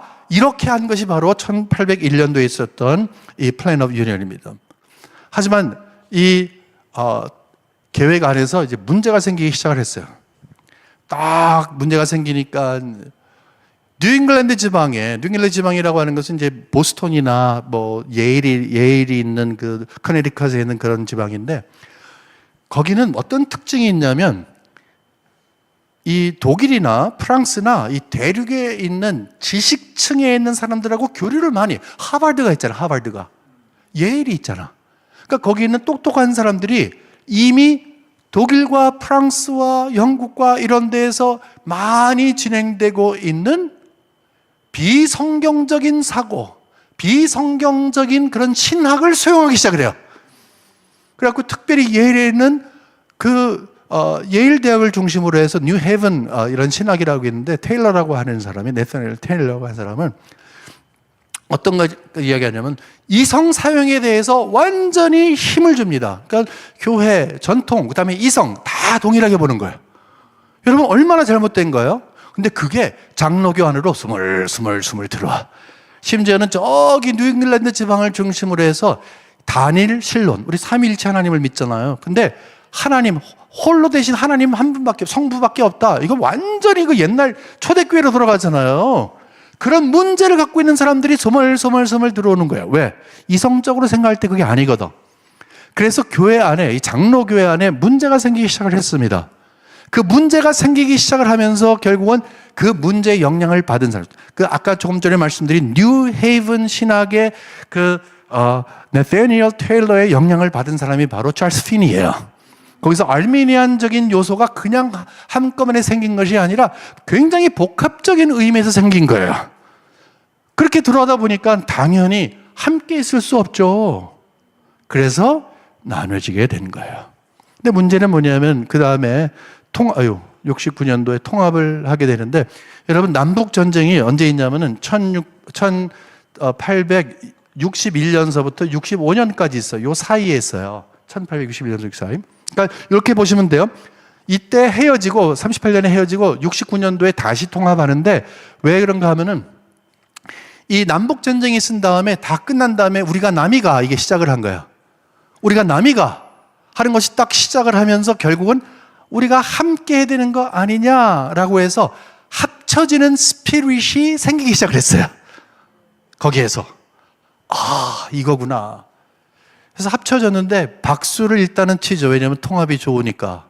근데 여러분 박수 칠 수가 없어요. 근본적인 문제가 해결되지 않은 다음에 합쳐지게 되면 어떻게 해요? 더 영향을 주고받겠죠. 더 영향을 주고받겠죠. 결국은 여기에서 이렇게 합쳐졌습니다만은 그 다음에 소위 말하는 구파와 신파로 나눠져 갖고서 정말 지지고 볶고 엄청난 전쟁이 시작이 된 거예요. 바로 그때서부터 엄청난 전쟁이 막 진행이 된 거예요.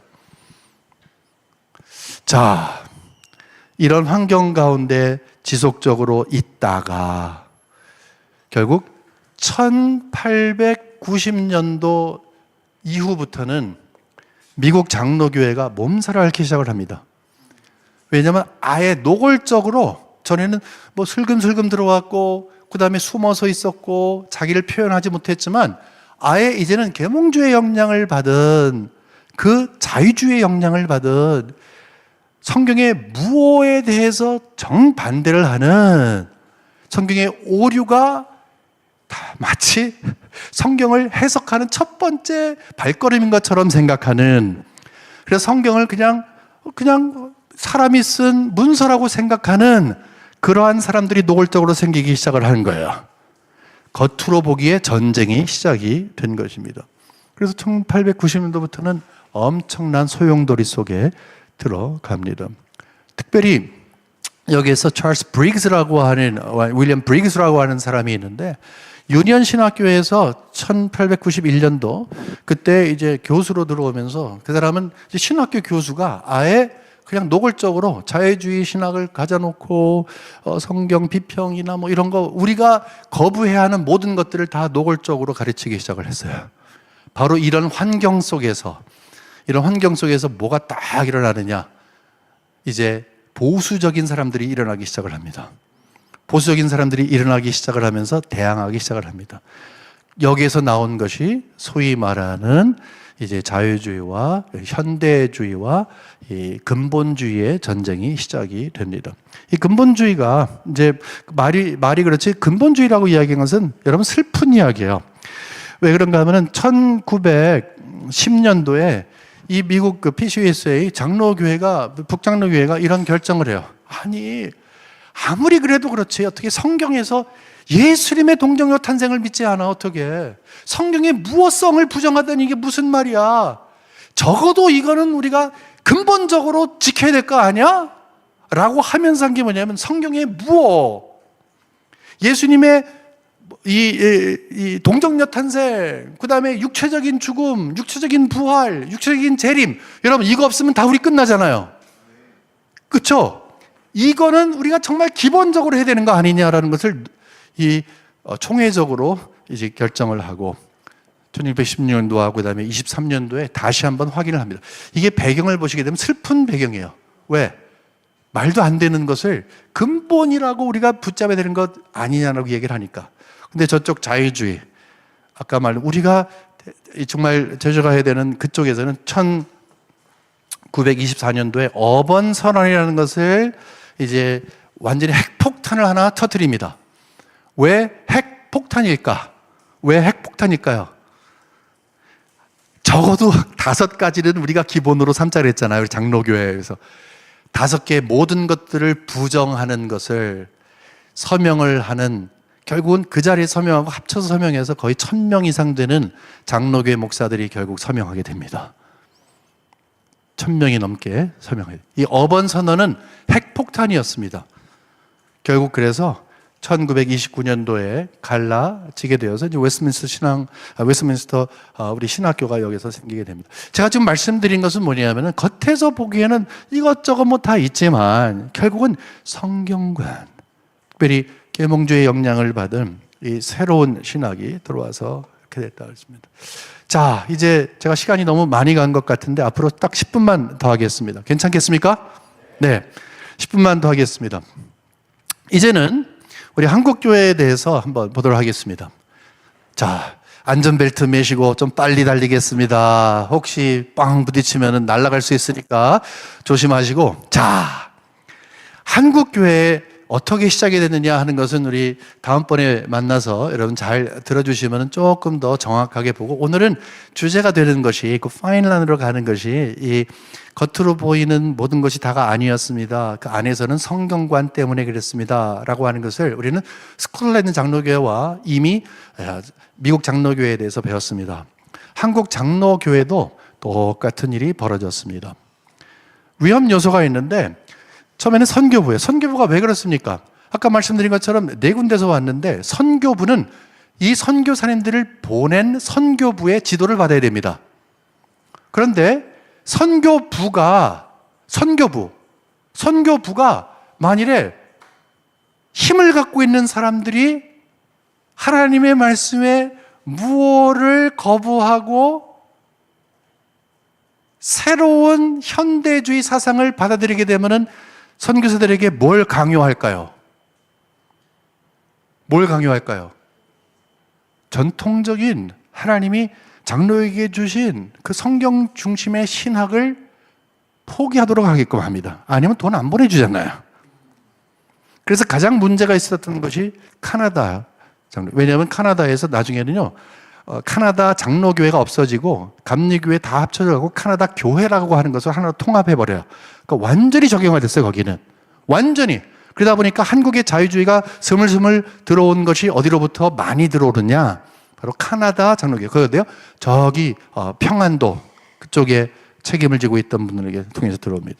이런 위험 요소가 있었어요. 12신조. 맨 처음에 시작할 때 웨스트먼 신앙고백서가 원래 장로교회의 특징이라고 했는데 그걸 처음에 가르치려고 하니까 너무너무 힘들어. 그렇지 않아요? 그래서 인도에서 있었던 그런 12신조. 다시 말해서 이 웨스트민스터 신앙고백서를 좀 줄여갖고 적어도 12가지의 기본적인 신조. 아마 목사님께서도 옛날에 그 시험을 보실 때 보셨을 거예요. 12신조. 저도 그 시험을 봤습니다. 요즘도 아직도 있습니다. 근데 이 12신조를 이렇게 생각하시면 돼요. 그러면 완전히 한국교회에서는 특별히 뭐 웨스트민스터를 다 버렸냐? 그게 아니고 이 교과서로서는 사용을 했어요. 교과서로서. 그러니까 이 웨스트민스터 신앙 고백서를 신학생들에게 보내고 목회자에게는 가르쳤어요. 하지만 우리 일반 성도님들에게는 12신조를 다시 말해서 복잡하고 정말 깊은 내용, 이게 장로교회의 특징인데 그 중에서 굉장히 중요한 몇 가지만을 선별해서 시작했어요. 이러면서 굉장히 얕은 그런 신앙을 이제 결국은 길을 깔아 놓게 된 것이죠. 그리고 워낙 한국은 일본과 달라서 일본은 이제 이 화이트 칼라부터 시작을 해서 위에 탑 다름이었다면 한국은 이제 블루 칼라부터 시작했기 때문에 아래서부터 이제 올라왔기 때문에 어떤 지식이나 이런 거에 대한 관심이 별로 이제 없었던 것을 여러분이 잘 아실 것입니다. 그다음에 유학파 유입입니다. 왜냐하면은 일본에 가서 공부한 사람들이 들어오고 미국에 가서 공부한 사람들이 들어오는, 그 사람들이 들어와서 잘못된 신신학을 배워서 들어올 수가 있잖아요. 그 사람들이 들어와서 새로 배웠으니까 그걸 퍼치게 되면 어떻게 돼요? 아까 선교사님도 위험하고 이렇게 기초가 좀 약한 것도 위험하지만 이 유학파, 특별히 일본에는 완전히 뭐 자유주의가 있었고 바르트주의가 있었고 여러분 너무너무 힘든 그런 환경 가운데서 있었습니다. 이 가운데서 분열은 여기서 특징적인 게 뭐냐면 6.25가 막 진행되고 있을 때 분열이 하나 됐어요. 신사참배를 근거로 해갖고서 요거는 이제 겉에 보이는 겁니다. 고신이 여기서 나갔습니다. 고신. 고려대학교. 그 다음에 여기서 나간 거는 한신이 나갔습니다. 한신. 한국신학대학교 여기서 나가고 여기는 이제 통합하고 합동하고 다시 고신이 부산에 있는 고신이 52년도에 나갔는데 겉에 보기에는 뭐냐면 이제 신사참배를 한 분들이 나와서 이제 우리가 과거사를 좀 이렇게 좀 회개하고 해야 되지 않겠냐 그럴 때 기득권을 갖고 있던 분이 이제 일정과 딱 붙어 있던 사람들이기 때문에 그걸 허락하지 않아서 결국은 불이익을 당하면서 나가고, 조선신학교는 원래 1938년서부터 엄청나게 일제가 막 그냥 강압적으로 신사참배를 시켰거든요. 그때 평양신학교도 닫고, 이럴 때에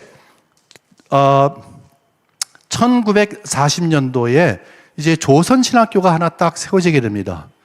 그리고 이제 1948년도가 돼가지고서 이제 광복을 받은 다음에 이제 하나님께서 평양신학교의 맥을 이을 수 있는 장로회 신학교를 하나 세우십니다.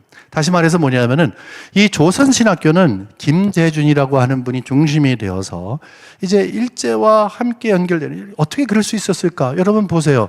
이 선교부에 따라서 다르다고 했잖아요. 그러니까 이 자유주의의 영향을 수용하려고 하는 선교사님들은 얼마든지 자유주의의 물을 먹은 그런 학생들, 그런 교단을 세울 수 있는 백업을 가능했다는 것이죠. 그래서 이렇게 해가지고서 결국 어려움을 겪기 시작했는데 48년도에 박형영 박사님께서 교장으로 돼갖고서 서울에 이제 장로회 신학교가 세우면서 이제 여기서 막 갈등을 하게 됩니다. 여러분 잘 아시는 내용이 바로 여기 있습니다. 그래서 많은 것 생각을 할 때에 한신대가 나간 것, 김재준 박사가 나간 것이 결국은 조선신학교 때문에 그렇다, 박형영 박사 때문에 그렇다, 뭐 이렇게 겉에 보기에는 말을 합니다. 아시겠죠? 신사참배 회계의 문제와 그래서 고신측이 갈라졌다, 조선신학교 때문에 됐다, 그 다음에 여러분이 잘 아시는 이 통합과 합동이 갈라진 것은 WCC 때문에 그렇다라고 얘기를 합니다. 1948년도에 WCC가 시작이 되어서 이걸 어떻게 보느냐, 그래서 뭐 용공 어쩌고 이렇게 되고, 나중에는 결국은 1959년도에 통합과 합동이 갈라졌다면 바로 한 해저에 58년도에 3천만 원 사건이라는 게 있어요. 이 장로교 신학교의 가장 대표적이었던, 아까 기도하실 때에도 이름이 나왔던 박경영 박사님, 그분이 마치 횡령한 것처럼 이렇게 나왔는데 그게 아니에요. 원래 참 학문적으로만 활동을 하셨던 분이라 잘 몰라서 이제 이 장로교 신학교 교장으로서 실수를 한 건데, 그거를 저쪽에서 막 WCC 찬성파에서 막 그래가지고서 결국 사임하게 됩니다. 그래서 이제 그 다음에 연동파, 승동파 이렇게 갈라져 갖고 합동통합이 갈라집니다. 이것이 보통 사람들이 생각을 할 때에 겉에 보이는 분열이라고 합니다. 고시는 신사참배, 그 다음에 이 한신은 조선신학교와 장로교 신학교의 갈등, 그 다음에 59년도 통합과 합동은 WCC라고 이야기하지만 실상은 그렇지를 않습니다. 그렇지 않습니다. 그렇지 않습니다. 평양신학교가 처음에 세워졌을 때는 상당히 구파적이었습니다. 구파적인 건 뭐예요? 하나님의 말씀 중심, 오류가 없습니다. 이게 상상을 하지 못했어요. 무슨 성경에 오류가 있다?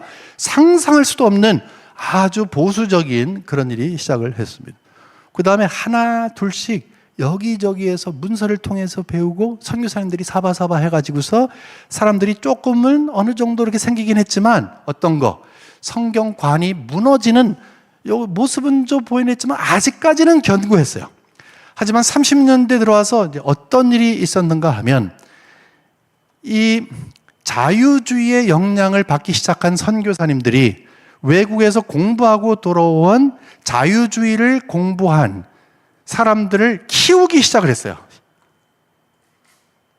그래서 흥왕하기 시작하고 대조가 됐어요. 즉 싸움이 있어요. 이 보수와 진보의 싸움이 있었어요.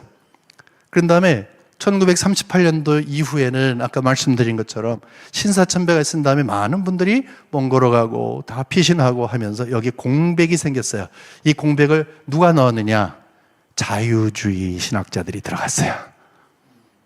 여기에 자유주의 신학자들이 딱 들어갔어요. 여기서 나온 것이 조선신학교예요. 그 다음에 해방 이후에는 어떻게 되냐? 이것이 겉으로 드러나기 시작을 하면서 이제 싸움이 겉으로 드러나서 엄청난 전쟁이 있었다는 것이죠. 자, 그러면 어떤 형태로 이것을 우리가 이해할 것인가? 적어도 여러분이 세 분을 이해하면 아마 이해할 수 있을 것 같아요. 한 분은 김재준 박사. 이분은 어떤 분이에요? 자유주의 신학, 그렇죠? 그래서 여기에서 이분은 자유주의 신학의, 그 다음에 두 번째는 박형룡. 이 두 분은 엄청나게 보수와 그 다음에 진보 측에서, 즉 정통주의와 자유주의 측에서 엄청나게 정말 싸웠던 그런 분들이죠. 두 분은 정말 많이 싸웠습니다. 근데 그 다음에 세 번째 한 분이 계십니다. 한경직 목사님. 근데 놀라운 것은 한경직 목사님은 여기 합동과 통합이 딱 갈라질 때 통합적으로 가셨잖아요. 그러니까 이분은 진보고 이분은 보수면 이분은 뭐겠습니까? 중도. 그냥 중앙을 이렇게 가는 중도파야. 근데 놀라운 것은 여러분 놀라지 마세요. 이 세 분이 다 구 프린스턴 신학교에서 공부를 했다고 하는 거야. 먼저 박형용 박사님은 1926년도에서 29년도까지, 23년도에서 26년도까지 했고요. 그 다음에 한경지 목사님은 26년도에서 29년도까지 했고요. 그 다음에 김재준 박사님은 28년도에서 29년도까지 했어요. 그런데 아까 제 3차 분열을 해서 이 구 프린스턴에서 웨스트민스터가 나올 수밖에 없었던 분열이 있다 그랬잖아요. 더 이상 못 참는, 그때가 바로 29년도예요. 그 말은 뭐예요?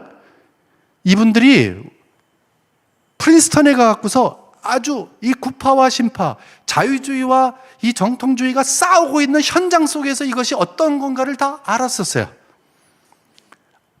그분들이 한국에 돌아와서 그대로 적용을 하신 거예요. 그것이 바로 우리 장로교회 이 분열 중심에 있었던 성경관이라고 얘기를 합니다.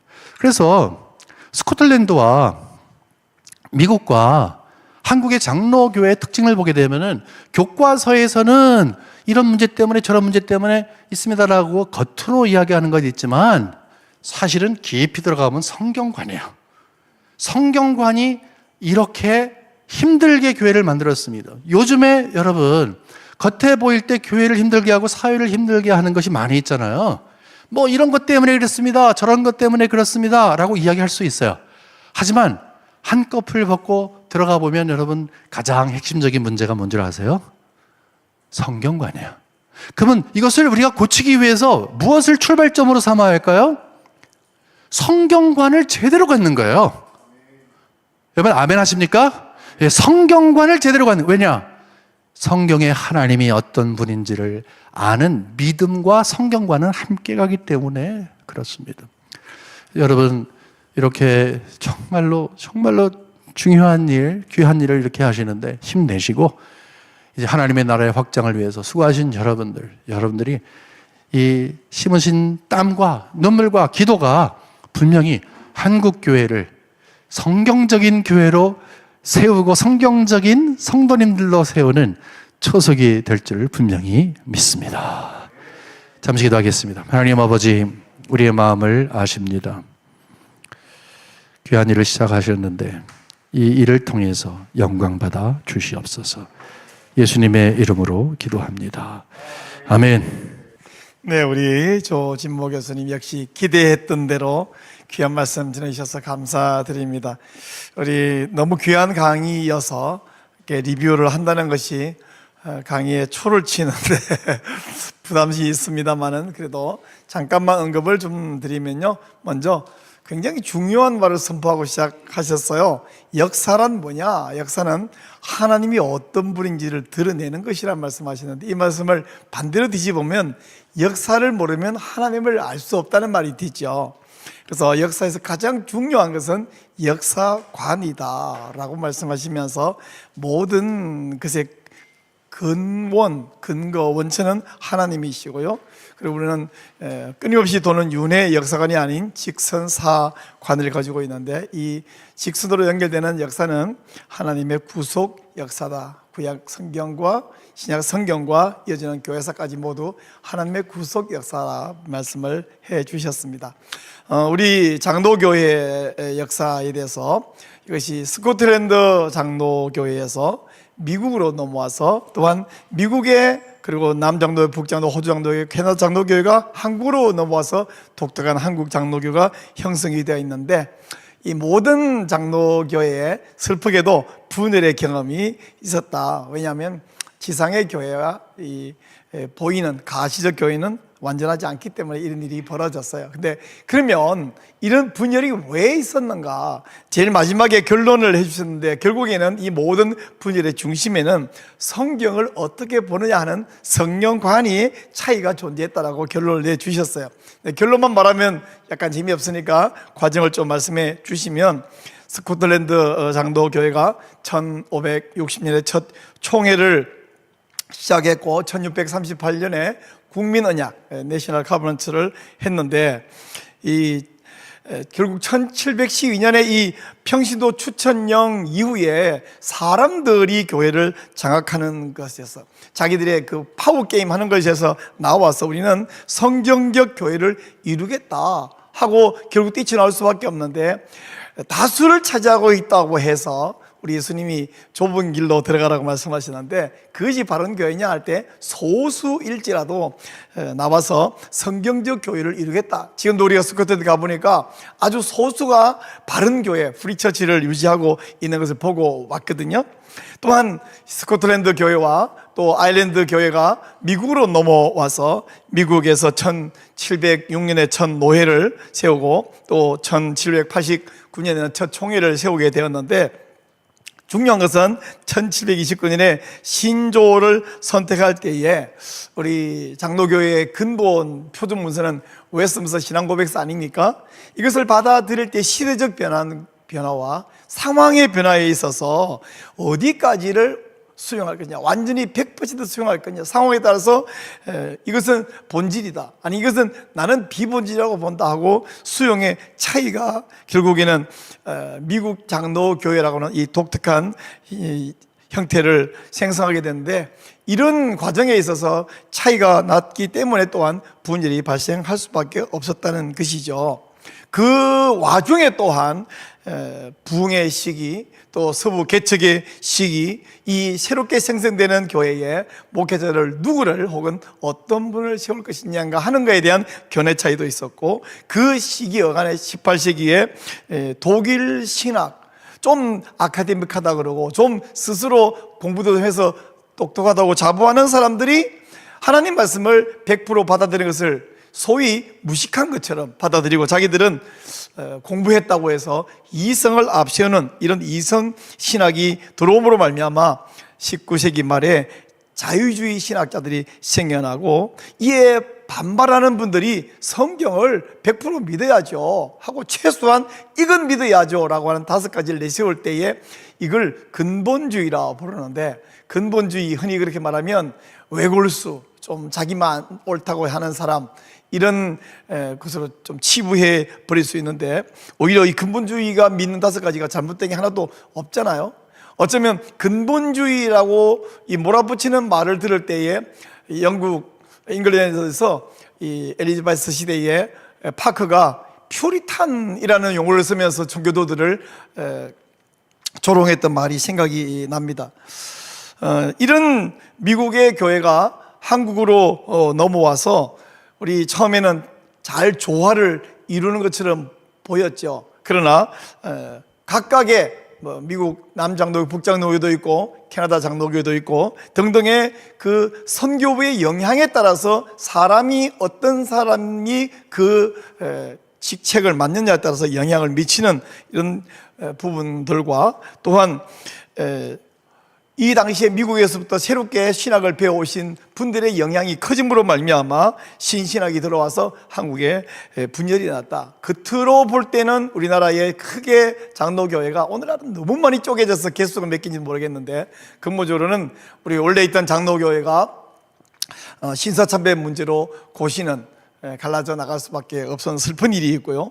또 1953년에 조선신학교가 나가서 오늘날 한국신학교, 한신대학교가 된 것은 이건 누가 봐도 신학적 문제 때문에 분열되어 나갔고 1959년에 WCC를 수용할 것이냐의 문제 때문에 성동척과 연동척으로 나눠져서 오늘날 합동 또 통합이 이루어졌는데 이런 것들이 드러나는 역사가 있습니다만은 그보다 진짜 이유는 그 속에 있는 잘못된 성경관 때문이라고 마지막으로 정리를 너무너무 잘 해주셨습니다. 1901년까지는 아무 문제가 없었고 모두가 보수 신학을 가졌고 우리나라의 역사신학자 오덕교 총장님이 그런 말씀하셨습니다. 우리나라 초창기에는 모두가 선교사들이 자기 나라에 자유주의 신학이 들어오고 있는 시기였지만 이 정통 보수 신학을 가진 선교사들만 초창기에 들어왔다. 너무 좋았는데 1930년대 어간에 이런 자유주의 신학을 가진 선교사들이 들어오고 또한 그런 신학자들을 점점 길러서 힘을 키운 다음에 결국에는 1938년 신사참배 이후에 선교사들이 추방당하고 공백이 생긴 그 자리에 그들이 키운 이 자유주의 신학자들을 세워 자리를 차지함으로 말미암아 결국에는 1950년도에 와서 이런 신학교가 갈라지고 교파가 갈라지는 슬픈 일이 발생했다. 결국에는 해방 이후에 엄청난 전쟁이 벌어진 것이 보기에는 정치 싸움인 것 같고 보기에는 어떤 역사적인 시대적 아픔인 것 같지만 사실 그 속에는 이런 자유주의 신학자들이 잘못된 성경 하나님 말씀이 아니라는 사상이 들어옴으로 말미암아 이런 일이 발생했다라고 정리를 잘 해 주셨습니다. 모두가 구 프린스턴에서 공부했던 이 박형용, 한경직, 김재준 정말 걸출한 인물들인데 그러나 아무리 똑똑하면 뭐합니까? 잘못된 오염된 생각이 들어가 버리면 자기만 망하는 것이 아니라 교회를 아예 망가뜨리는 것을요. 오늘 이런 시대에 우리가 모든 성경에 신적 구원이 수호 운동협회를 작년 8월에 세우게 해 주시고 계속해서 우리가 성경 수호를 위해서 성경 구원이 수호를 위해서 이 일을 할 수 있도록 지난 1년 동안 사용해 주신 하나님께 감사드리고 이 일이 또한 계속되게 해 주신 것을 감사하고 오늘처럼 이렇게 우리 조진모 교수님처럼 훌륭한 분들 남아있는 분들을 여기로 모셔서 이런 강의를 듣게 해주시고 영향을 미치게 해주신 것을 정말 감사드립니다. 아무리 강의가 길어도 핵심은 하나밖에 없죠. 성경을 어떻게 보느냐 하는 성경관이 교회도 분열하게 만들고 영혼을 죽이게 만들고 교회를 죽게 만드는 것입니다. 우리 이 일을 위해서 우리가 먼저 한번 기도하면 좋겠는데요. 하나님, 지금 전 세계의 80% 혹은 90%의 신학자들이 성경 비평학을 수용하고 성경이 완전한 하나님 말씀이 아니라고 주장이 되고 인간 이성적인 생각을 해대고 있는 이 시대에 한국교회는 그나마 그 비율이 거꾸로 아닙니까? 우리는 뭐 20% 얼마 정확하게는 파악이 어렵지만은 적어도 한 80% 정도는 아직 보수신학을 지키고 있는데 그 원인이 과거에 제대로 배웠던 성도들이 남아있기 때문인 것 같은데 점점 잘못 배운 신학자들이 많아지면 내버려두면 뒤집어질 수 있습니다만은 하나님 은혜로 아직도 지키고 있으니 너무 감사하죠. 우리 하나님, 우리 한국교회의 이 악한 신학을 몰아내고요 또 전 세계의 악한 신학을 바로잡을 수 있는 은혜를 주시는데 바로 우리 성수협을 사용하셔서 이런 일을 하게 해주시고 남은 자들 우리 이 바른 신앙 갖고 있는 목사님과 교수님들에게 용기를 주셔서 나가서 이거 분명히 잘못되었다 이거 하나님 앞에 악하다는 것을 용기 있게 선포할 수 있게 해주시고 그래서 바른 신앙으로 돌아올 수 있도록 기도하기를 원합니다.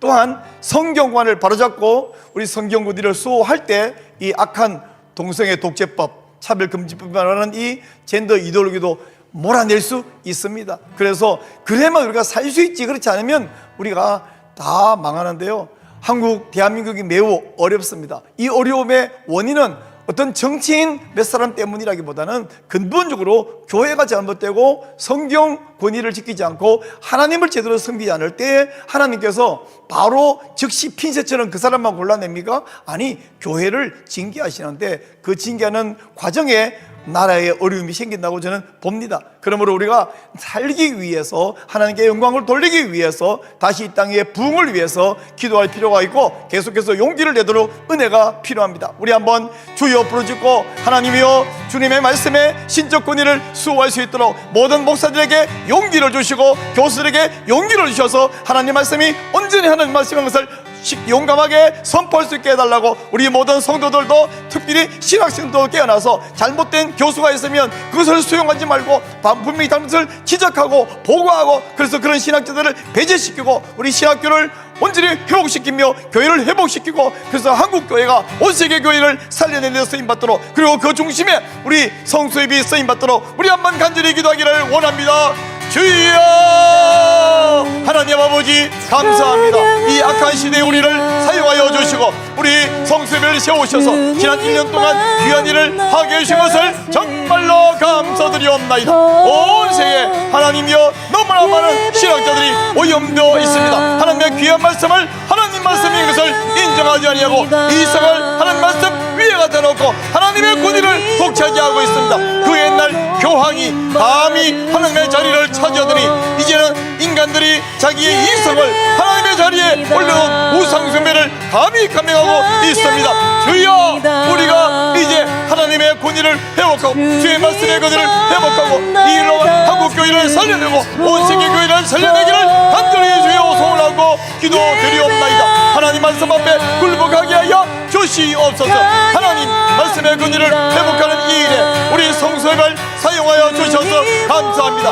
오 하나님, 많은 목사님들이 또한 신학교 모든 교수들이 깨어나고 용기를 가지고 용감하게 하나님 말씀의 권위를 선포할 수 있게 하여 주시옵소서. 모든 평신도 성도들을 깨우시고 신학생들을 깨우시고 말미암아 잘못된 신학을 선포하는 교수들을 배제시키고 하나님의 말씀을 권위를 선포하는 이런 교수와 이런 목사를 모시고 신앙생활을 함으로 말미암아 하나님의 영광을 돌리고 우리 영혼이 살아나고 교회가 살아날 수 있는 일을 주여 허락하여 주시옵소서.